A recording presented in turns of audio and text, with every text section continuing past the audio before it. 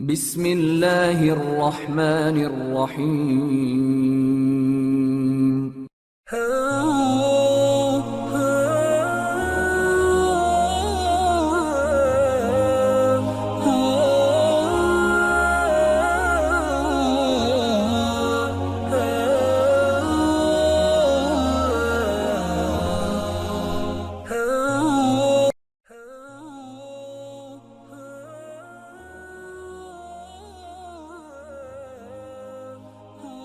نبی کریم علیہ الصلوۃ والسلام کی ذات اقدس کے حوالے سے سلسلہ پنجتنی نے نوجوان نسل کی بہتر رہنمائی اور آگاہی کے لیے ایک سلسلہ وار پروگرام فوق البشر کی عنوان سے ترتیب دیا ہے۔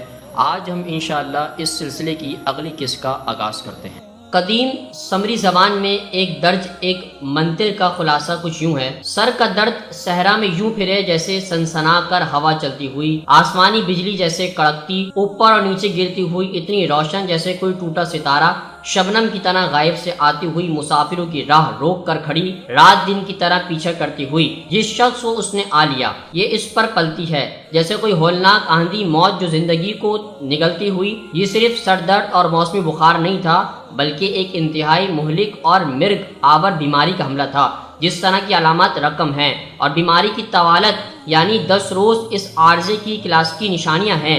آج ہم اس جراثیمی مرض کو سرسام، گردن توڑ بخار یا ورم سجایا کہتے ہیں۔ یہ معلوم نہیں ہو سکا کہ آخر آپ علیہ السلام کو بیماری کیسے لگی۔ ان کے چند پیروکاروں کا خیال تھا کہ ان کی قبرستان میں کئی روز تک مسلسل شب بیداری کا نتیجہ ہے جو انہوں نے مکہ سے واپسی کے بعد دوبارہ سے معمول بنا لیا تھا۔ روایت میں بتایا جاتا ہے کہ آپ علیہ السلام مردوں کو مخاطب کر کے کہا کرتے: اہل قبور تم پر رحمت ہو، اور پھر ان سے جلد ہی ملنے کا وعدہ کرتے۔ اللہ نے اپنے ایک اور بندے کو پاس بلانے کا فیصلہ کر لیا ہے اور وہ بندہ جلد ہی اس کے حکم کی تعمیل کرے گا۔ یقیناً ناتوانی، تھکن اور ریاستی معاملات کے دباؤ کے باعث اعصابی کمزوری کی وجہ سے آپ علیہ السلام خاصے زد پذیر ہو چکے تھے۔ دن بدن ان کی قوت مدافعت جواب دیتی جا رہی تھی۔ پھر اسی طرح احد کی لڑائی میں پیشانی پر لگنے والی کاری چوٹ کا بھی دوش ہے۔ سرسام کاجر خوما کھوپڑی میں ایک انتہائی باریک دراڑ سے بھی داخل ہو سکتا ہے، پھر دماغ اور ریڑھ کے ہڈے پر چڑی حفاظتی جھلی یعنی سجایا میں سوزش کا باعث بن جاتا ہے۔ اسی وجہ سے اس بیماری کو ورم سجایا بھی کہا جاتا ہے۔ آج جدید دور میں اکثر گردن توڑ بخار کی بیماری مہلک ثابت ہوتی ہے۔ 7ویں صدی عیسوی میں جب اینٹی بائیوٹک وغیرہ بھی نہیں تھیں، اس بیماری سے ہلاکت یقینی تھی، تب یہ لا علاج مرض ہوا کرتا تھا۔ معزز دوستو، آج کی گفتگو کا اختتام ہوا۔